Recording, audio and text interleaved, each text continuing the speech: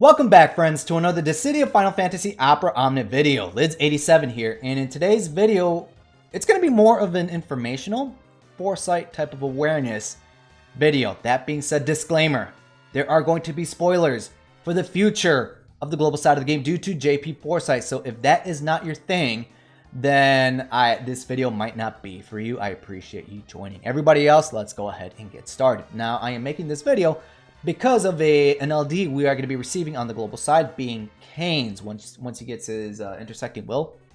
That's what they're translated to, right? His intersecting will for the global side. Now let's take a look to see what JP gets later down the line, and that is going to be possibly like 8 or 9 months from now from the global side. That's typically how far up ahead JP is. JP will get a brand new gacha weapon. Now mind you, I said gacha weapon as there is another weapon introduced called Ultimate Weapons. Those are free if you put in a little bit of work, but we'll cover those in a different type of video. But the new gacha weapons are called Force Weapons, or FR Weapons for short. What is this going to do for your team compositions or said character? Now, when a character, whoever that Force Weapon belongs to, when they have the passive equipped, there's going to be a new mechanic when you're out on the field. And that mechanic is called a Force Gauge. Now, fighting game players, where you at? If you play like a game, for example, maybe like Marvel versus Capcom, there's a super meter that fills up, whenever actions are performed out on the field. Same concept is that once this force gauge is at 100%, that character's force ability will be available. Upon using that force ability, depending on your force level, another leveling mechanic introduced into the game that requires your board points, but talk about that in a different video, as I'm sorry for my free-to-play players. But what this force ability is going to do is give you access to 10 turns of a force effect. So kind of like burst effect, same thing. Force effect for 10 turns that is going to allow you to do bonus HP damage when certain conditions are met. You can increase the HP damage bonus percentage by, it's going to vary per force effect. For example, maybe doing HP damage during a chain sequence, this is going to increase that percentage of you letting out dish out damage against the enemies. At the same token though, the bosses are going to be HP sponges, so that's the trade-off, so to say. Now that we have a slight understanding of what force weapons can do for you, should you pull for Kain now, or should you wait for him later down the line? Now let's talk about what happens if you pick up Kain right now. Now, if you do happen to pick up Kain, the way he's going to work with his LD is he's going to get a special effect. Once it's at 4 stacks, his brave attack will upgrade. You press it, he will yeet off the field.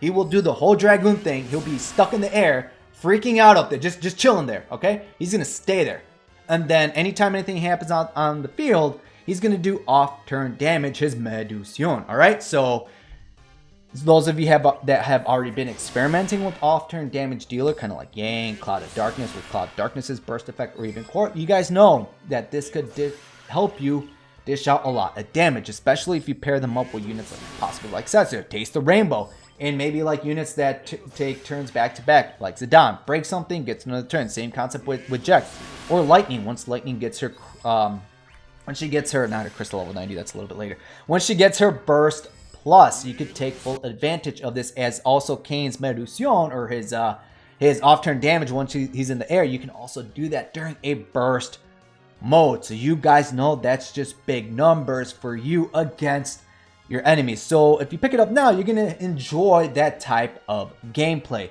Let's take a look what happens if you wait though. All right, so we're going to have to switch scenes here. That's a beautiful, ooh, I like that wallpaper. That is gorgeous.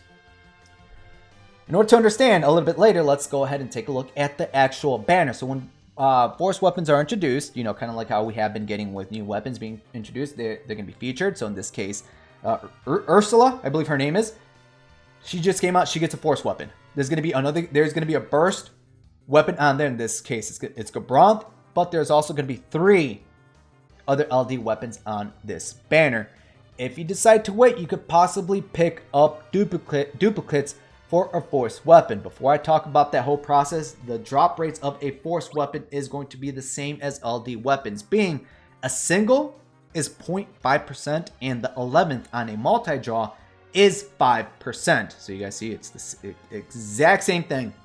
When it comes to the G tokens, it is 400 G tokens in order to pity a force weapon. So now you have the option, either pick a burst book or a force weapon depending on your RNG. That being said, this is an RNG based game, so it's going to heavily rely on your own freaking luck. All right, now that we covered that, what goes into force weapons though when it comes to their limit breaks? Now force weapons, we are going to be introduced to a new material, being the high power stone. When it comes to limit breaking force weapons, it's the same concept as all the other weapons we have. You either use a duplicate force weapon to limit break it, or you use this new high power stone. You're going to need 4 per limit break. The only ways to gather high power stones is by either selling force weapons. Once you fully max one out and then sell it, you will get 4 high power stones back, or by converting or refining 20 standard power stones for 1 high power stone. If you have 0 high power stones, that's going to cost you a total of 240. Let me repeat that. 240 power stones to gain access to 12 high power stones. Remember, 4 per limit break, so that's 12 total. That is a lot of power stones. Okay, friends. So if you decide to wait, in this example, it's going to be Kain. Let's pretend this is Kain's force weapon and Kain's burst weapon. Let's say you decide to wait and you decide to chase after Kain's burst weapon on the debut banner. You're going to possibly pick up duplicates, or RNG is going to be against you and you're not going to get much. PTSD from what happened to me on the JP side of the game. I had to pity Kain's force weapon. At the time, I did not have Kain's LD weapon because I wasn't able to pick it up when he first came out. Barrett was Kain blocking me. Barrett said, no, you're my boo. You're not going to get Kain. So Barrett decided to give me like 4 or 5 of his LDs instead of Kain. So I couldn't acquire Kain's when Kain first came out, kind of like how we're about to get on the global side. So when I was chasing after Kain, I was, excuse me for saying, but I was shitting bricks because I was already past the 300 G token mark. LDs are 300 G tokens. Force are 400 G tokens. So I was like, holy crap, what's going to happen if I reach the 400 G token mark and I still don't have the LD weapon? Luckily, I was able to acquire the LD and pity the force weapon. I picked up the burst on a different banner. Don't let that scare you. That's possibly worst case scenario, because I have heard from some viewers, like literally with tickets or on the free, they picked up duplicate force weapons. I think someone with tickets picked up 3 force weapons and said character's LD weapon while getting like the burst at a different point. So that's why I mentioned earlier, at the end of the day, this is an RNG based type of game. It is all gacha, so it's going to depend on luck.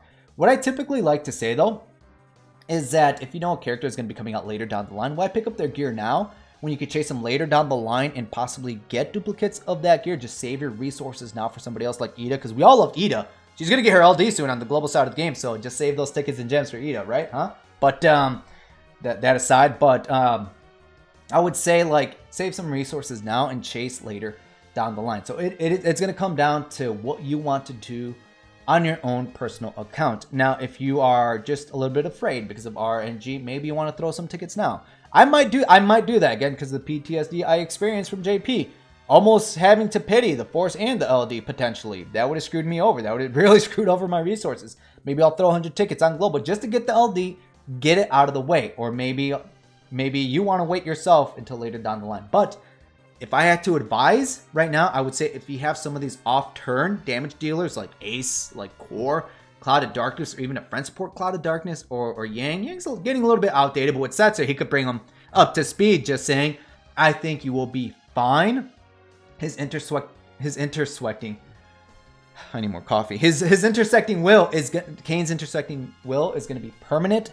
You don't have to take it on right away. You can always wait and come back to it. All right, friends. So at the end of the day, if you have off-turn damage dealers, I would advise to wait. That is it for this video, friends. I want to thank you guys for joining me as I cover this Foresight when it comes to Kain and Force weapons. Be sure to let me know down below in the comments. I'm not gonna. There's no wrong answer, friends. There's no wrong answer. There's no wrong comments. It's all gonna come down to your own opinion. What do you guys think? What do you guys think about waiting for Force weapons? Are you personally gonna go for Kain now, get the LD, just like I said, just to have it now and not having to suffer every other character's LD weapon on the banner, or do you see it as better to wait later down the line to possibly get more duplicates along the way? And if you have any other advice for other players, please leave it down below in the comments. All right, friends, so until next time, good luck and have a good one.